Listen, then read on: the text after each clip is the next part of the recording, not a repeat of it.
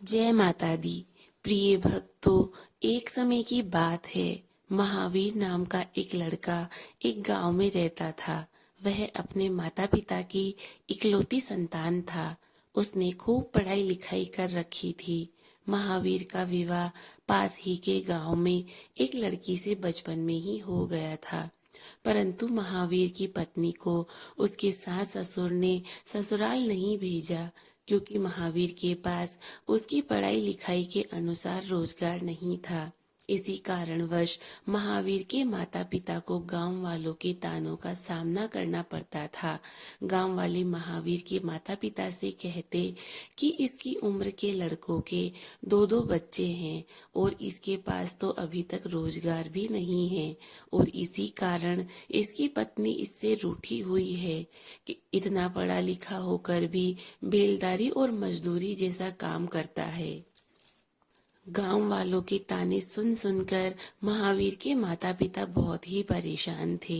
उन्हें अपने बेटे की बहुत चिंता होती थी कि उसे उसकी पढ़ाई के अनुसार कब रोजगार मिलेगा और कब उसका घर बसेगा। महावीर के माता पिता बाबा रामदेव के बहुत बड़े भक्त थे और गांव वालों के ताने सुन सुनकर महावीर के माता पिता बाबा रामदेव को याद करके रोने लगते और बाबा रामदेव से प्रार्थना करते कि बाबा, कब हमारे बेटे को एक अच्छा रोजगार मिलेगा और कब उसकी पत्नी घर आएगी।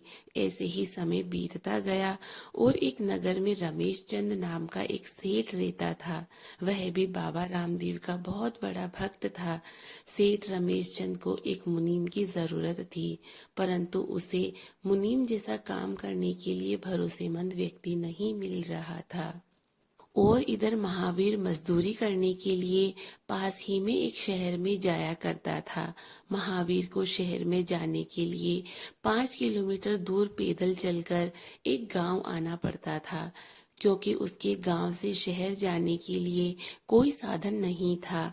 एक दिन सेठ रमेश चंद की गाड़ी का इंजन खराब हो गया और सेठ रमेश चंद अपने ड्राइवर से गाड़ी ठीक करवाने को कहकर उसी सवारी बस में बैठ गया जिसके अंदर महावीर बैठा था।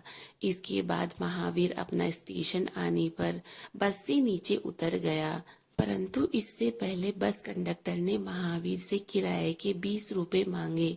महावीर के पास खुले पैसे नहीं थे, इसलिए महावीर ने बस कंडक्टर को 100 का नोट दे दिया। इसके बाद पीछे से ट्रैफिक पुलिस जल्दी से गाड़ी रवाना करने को कहने लगी। जल्दबाजी में बस कंडक्टर ने 80 रुपए देने की जगह 10-10 के 10 नोट महावीर को दे दिए और महावीर रुपए लेकर गाड़ी से नीचे उतर गया और वह गाड़ी वहां से रवाना हो गई। जब नीचे उतरकर महावीर ने पैसे गिने तो 100 रुपए निकले। तब तक तो वह सवारी गाड़ी काफी दूर जा चुकी थी। यह देखकर महावीर उसी वक्त दूसरी गाड़ी में बैठा और उसी बस के पास गया जिस बस से वह उतरा था। उसने बस कंडक्टर को 20 रुपए वापस दिए और कहा, भाई साहब, आपने मुझे 80 देने की जगह 100 रुपए दे दिए थे, इसलिए मैं आपको 20 रुपए लौटाने वापस आया हूँ। इसके बाद महावीर 20 रुपए देकर वहां से चला गया और सेठ रमेश चंद वहीं पास खड़ा खड़ा सब कुछ देख और सुन रहा था। इसके बाद सेठ रमेश चंद ने बस कंडक्टर से पूछा कि वह लड़का तो रास्ते में उतर गया था, फिर वापस क्यों आया? तो बस कंडक्टर ने पूरी बात बता दी कि इसको मैंने 20 रुपए ज्यादा दे दिए थे, वही 20 रुपए लौटाने यह लड़का वापस आया था। बस कंडक्टर की ऐसी बातें सुनकर सेठ रमेश चंद हैरान हो गया और सोचने लगा कि आज के जमाने में भी इतने ईमानदार लोग कहाँ देखने को मिलते हैं, और सेठ रमेश चंद को भी एक मुनीम की जरूरत थी। इसलिए सेठ रमेश चंद महावीर को ढूंढने लगा, परंतु तब तक महावीर वहां से जा चुका था। सेठ रमेश चंद अगले दिन फिर उसी गाड़ी में बैठकर महावीर के बैठने का इंतजार करने लगा। सवारी गाड़ी वहां रुकी जहां से महावीर कल बैठा था और इधर सेठ रमेश चंद महावीर के बस में बैठने का बेसब्री से इंतजार कर रहा था। लेकिन महावीर गाड़ी में नहीं बैठा। इसके बाद सेठ रमेशचंद उसी गांव में उतर गया जिस गांव से महावीर कल गाड़ी में बैठा था, और महावीर को उस गांव में घर घर जाकर ढूंढने लगा।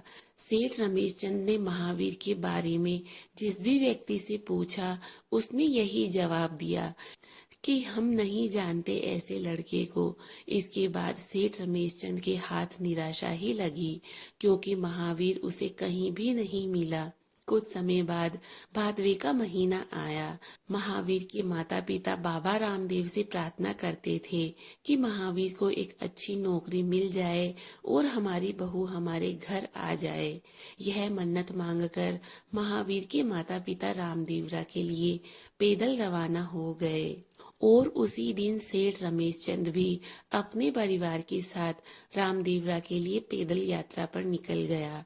जैसे ही मंदिर में महावीर और महावीर के माता पिता दर्शन के लिए गए, महावीर के माता पिता रोने लगे और मन ही मन बाबा रामदेव से प्रार्थना करने लगे कि उनके बेटे को एक अच्छी नौकरी मिल जाए ताकि उनकी बहू घर आ जाए। वह महावीर के साथ जैसे ही मंदिर से बाहर निकलने लगे, सेठ सामने ही खड़ा था।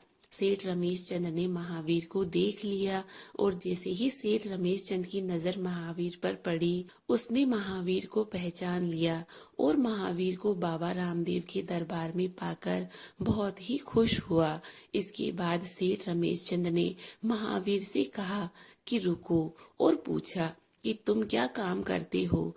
इसके बाद महावीर ने जवाब दिया कि मैं एक जगह मजदूरी करता हूँ।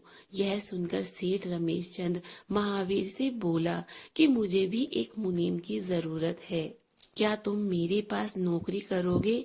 और महावीर को उसका वेतन भी बताया, जो कि उसकी मजदूरी से 5 गुना ज्यादा था।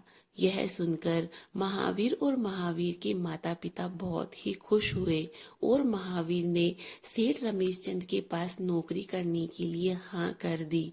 महावीर जैसा मुनीम पाकर सेठ रमेशचंद बहुत ही खुश हुआ कि बाबा रामदेव के दरबार में उसे एक ईमानदार मुनीम मिल गया। महावीर और महावीर के माता पिता को भी बहुत ही खुशी हुई कि बाबा रामदेव के दरबार में उन्हें इतनी बड़ी खुशी मिली। जब इस बात का पता महावीर के ससुराल वालों को लगा, तो उन्होंने अपनी बेटी को भेजने के लिए हाँ कर दी। इसके बाद महावीर अपने परिवार के साथ खुशी खुशी रहने लगा। अगर आप लोगों को ये कहानी अच्छी लगी तो वीडियो को लाइक करें, शेयर करें और हमारे चैनल को सब्सक्राइब करें। इस वीडियो को पूरा देखने के लिए आपका धन्यवाद। जय माता दी।